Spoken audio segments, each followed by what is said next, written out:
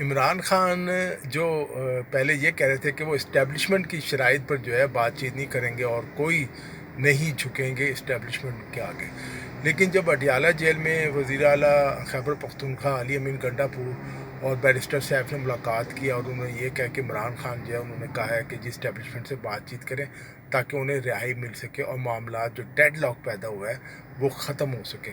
लेकिन जब बैरिस्टर सैफ ने और वज़ीर आला के पीके ने ये खबर दी तो दूसरी तरफ बैरिस्टर गौहर जो है पीटीआई के चेयरमैन और उन्होंने और दूसरे रहनुमाओं ने ये कहा कि जनाब इमरान खान ने ये नहीं कहा कि वो इस्टेब्लिशमेंट की शराइत पर बातचीत के लिए तैयार हैं।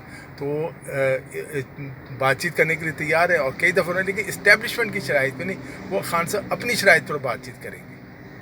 अब देखना ये है कि पत्नी कौन सच बोल रहा है।